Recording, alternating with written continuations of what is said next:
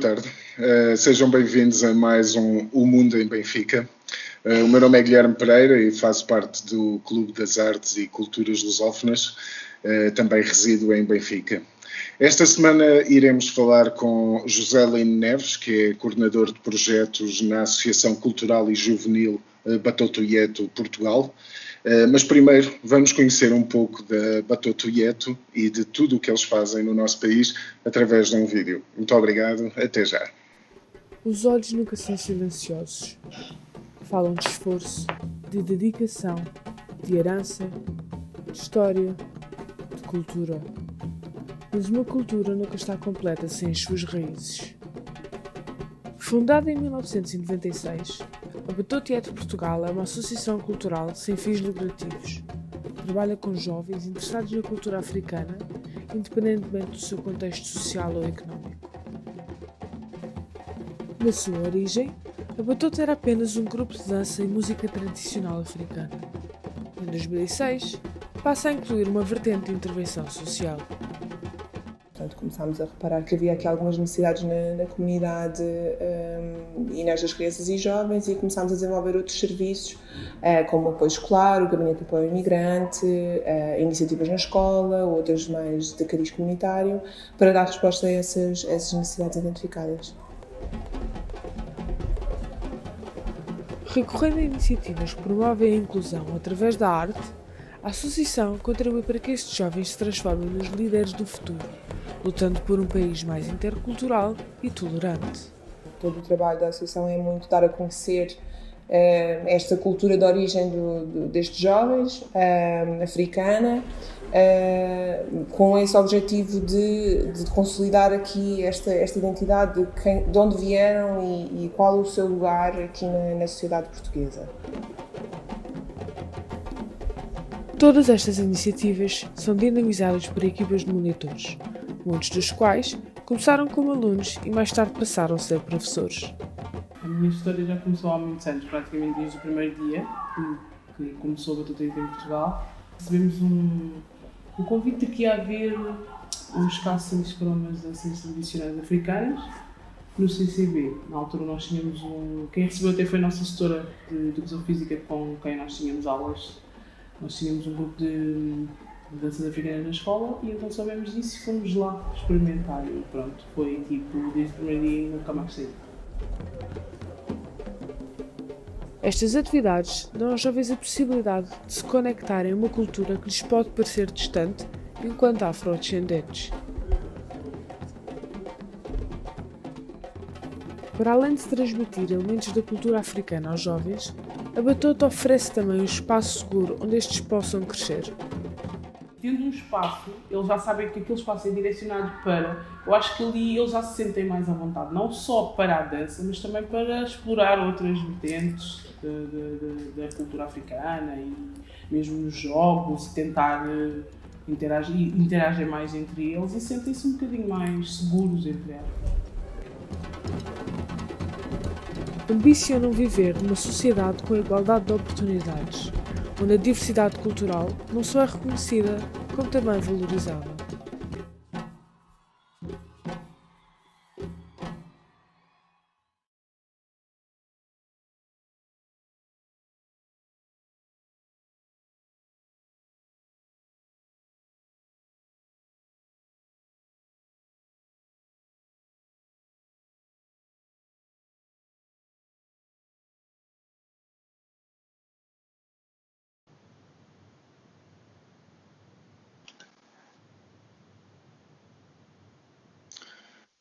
Boa tarde e bem-vindos de volta. Estamos aqui com José Lino Neves, que é coordenador de projetos da Batoto-Ieto. Muito obrigado por ter aceito o nosso convite. Seja bem-vindo ao Mundo em Benfica. Obrigado, nós. José Lino, são quase 25 anos de atividade de uma associação que não para. Qual o principal objetivo de criação da Batoto-Ieto e, no fundo, as áreas em que vocês intervêm na sociedade portuguesa? Ora bem, pronto, agradecer aqui o convite aqui da Junta de Freguesia de Benfica. A associação iniciou-se em 96 e iniciou-se em 96 numa fase em que em Portugal estávamos aqui a preparar-nos todos para a Expo 98. E, portanto, dentro desse âmbito, tentou-se trabalhar aqui várias áreas culturais, por exemplo, na questão dos bombos e tradição do som português, que criou o Toca a Rufar, e depois também havia esta necessidade de criar algo semelhante na vertente africana. E havia um projeto que era a Batutueto, que tinha já iniciado em Nova Iorque pelo bailarino Júlio Leitão, portanto há cerca de 5 anos antes, e esse projeto, por ter tido bastante sucesso lá nos Estados Unidos, portanto, tentou-se readaptá-lo e transportá-lo para cá. Portanto, já em vista aqui a questão da Expo 98, os espetáculos da Praça Sony, os espetáculos de rua e aquelas questões todas também na altura do realojamento que estavam a ser feitas aqui na malha urbana da cidade de Lisboa. Portanto, Oeiras, Cascais, Amadora, Seixal, Almada. Tudo isso foi assim um pouco a área da nossa intervenção. Pois, efetivamente eu próprio lembro-me de, nessa época da Expo, de surgirem aqueles grupos com as danças a fazerem demonstrações extraordinárias que a todos nos cativaram, inclusive com as crianças, que eram espetaculares e que para nós não era habitual vermos uma produção de tão boa qualidade. Exato. Entretanto, também, atualmente, tem um projeto que acaba por, no fundo, refletir a presença histórica das comunidades africanas no nosso país e, principalmente, na cidade de Lisboa, que é onde estão a atuar. O que é este projeto, a presença africana em Lisboa? Ora bem, nós trabalhamos muito, portanto, a inclusão pela arte, da dança e da percussão tradicional africana, mas também proporcionamos apoio escolar aos jovens, apoio psicológico, a gabinetes de atendimento aos imigrantes para a regularização de alguns documentos.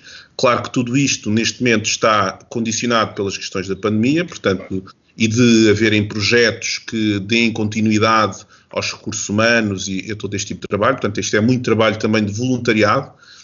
Estamos sempre a precisar de ajuda, portanto, se houver quem tenha interesse ou experiência ou apenas alguma forma de nos poder ajudar, estamos sempre receptivos a isso no nosso site. Portanto, nós trabalhamos com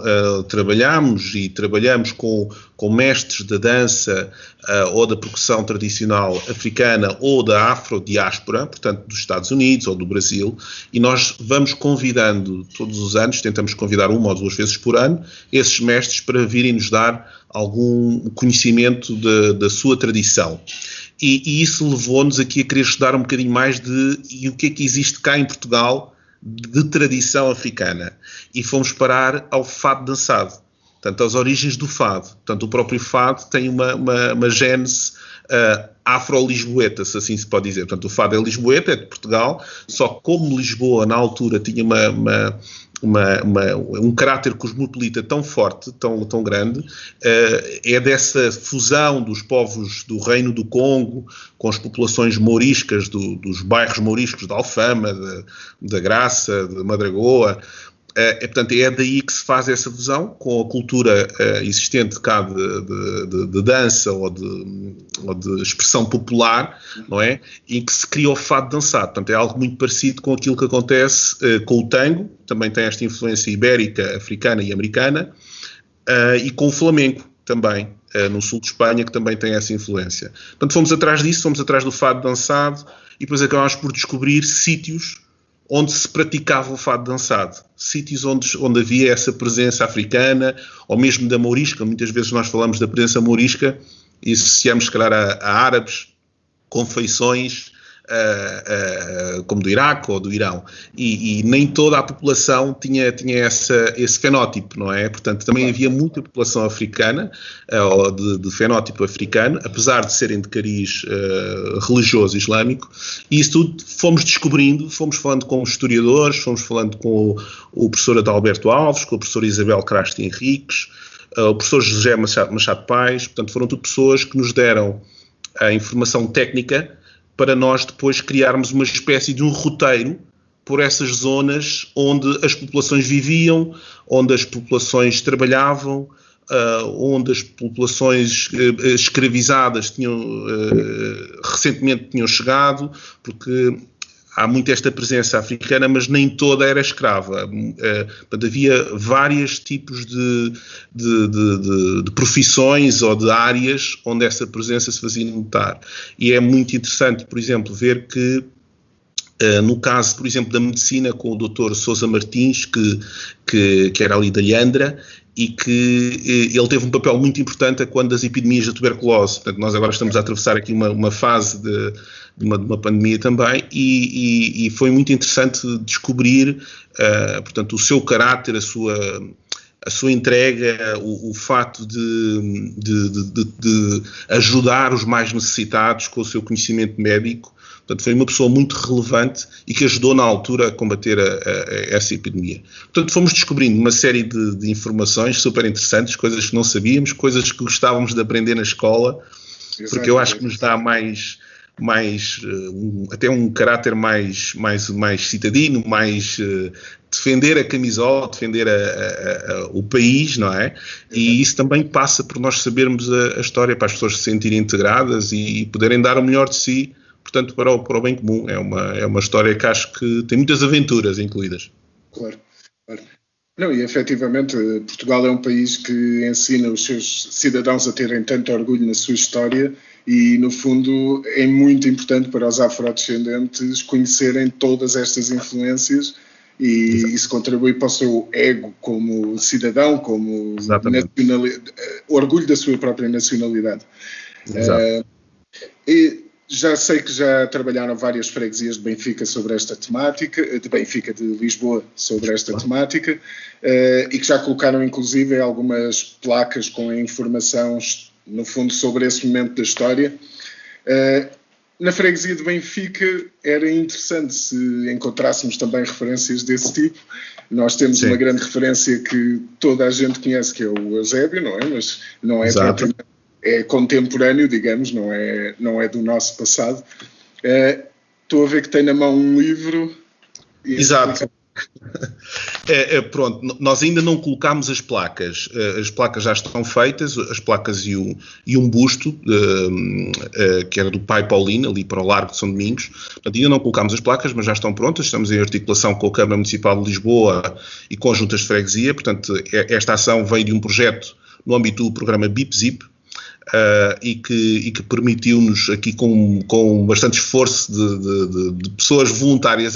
Às vezes nós conseguimos atingir alguns patamares e sinto que o feedback é como se já fôssemos bastante profissionais, mas nós somos mesmo voluntários e consegue-se isto trabalhando em parceria com as câmaras, com as juntas, com pessoas que nos queiram ajudar. Portanto, o fruto do nosso trabalho tem sido muito, muito por aí.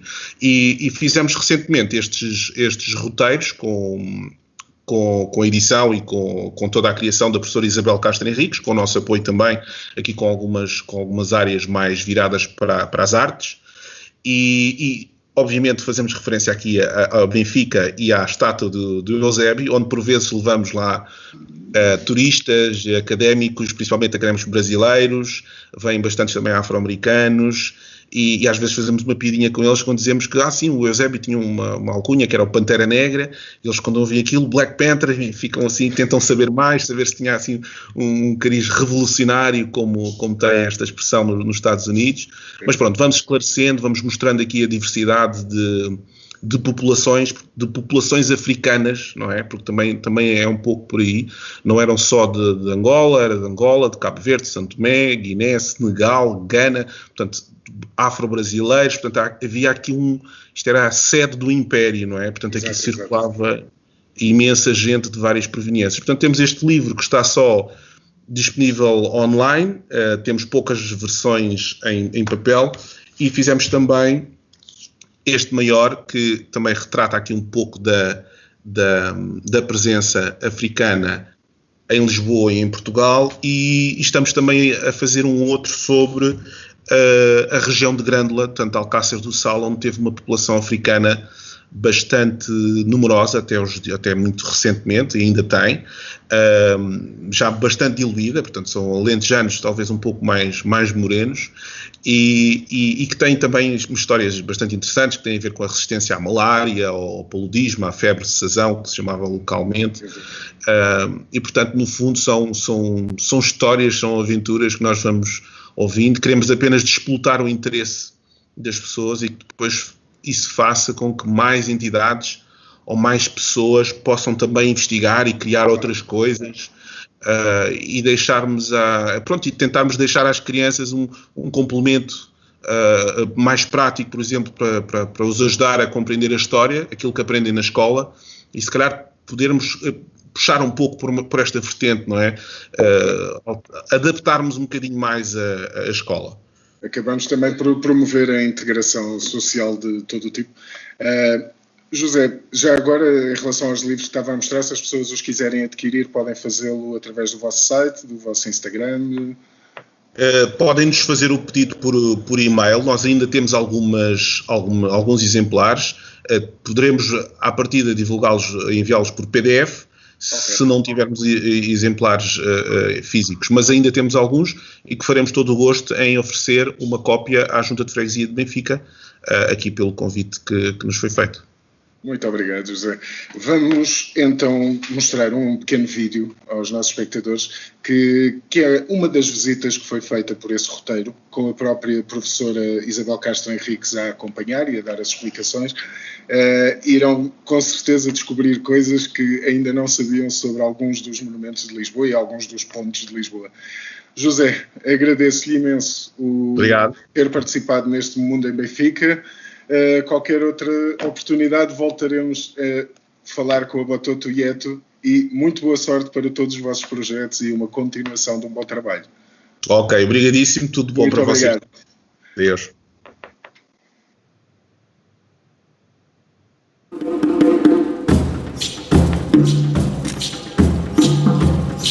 Foi para mim uma grande alegria ver as publicações, eu vi-as agora, também não as tinha visto ainda, só agora é que vi. Ver os textos publicados.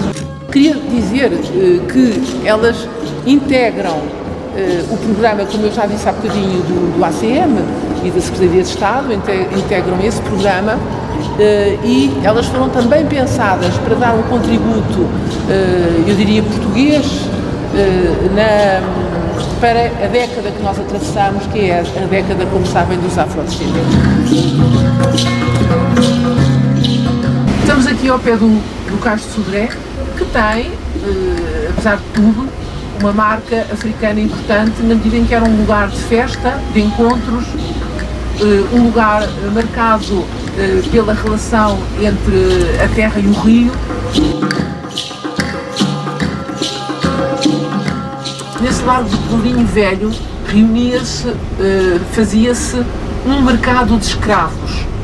Um grande mercado de escravos, ou seja, depois de avaliados e de identificados aqui na Casa dos Escravos, eles eram tratados, apresentados, limpos, para ser apresentados como mercadoria no mercado de escravos. Uma forma de promover as culturas e os espaços de memória africana. E gostava só de acrescentar a importância também para os jovens que possam fazer estas visitas terem noção da importância da sua origem, que não vieram de nada, vieram de algo que, portanto, foi construído e que deixou um legado. Portanto, excelente. A Confraria de Nossa Senhora do Rosário começou por acolher alguns negros africanos que procuraram aproximar-se da confraria. Foram contestados pelos irmãos brancos, os confrades brancos da confraria. E aí, na Igreja de São Domingos, melhor dizendo, no Convento de São Domingos, foi criada nos finais. Muito obrigado a todos por terem assistido ao programa O Mundo em Benfica. Para a semana teremos nova emissão também sexta-feira às 6h30 da tarde. De qualquer forma, se quiserem continuar a ver esta visita por Lisboa, a presença africana em Lisboa com a professora Isabel Castro Henriques, o vídeo irá estar disponível na nossa página, Clube das Artes e Culturas Lusófonas, no Facebook. Basta procurar em CACL, CACL, e encontrarão a página rapidamente. Muito obrigado, até para a semana, uma boa tarde.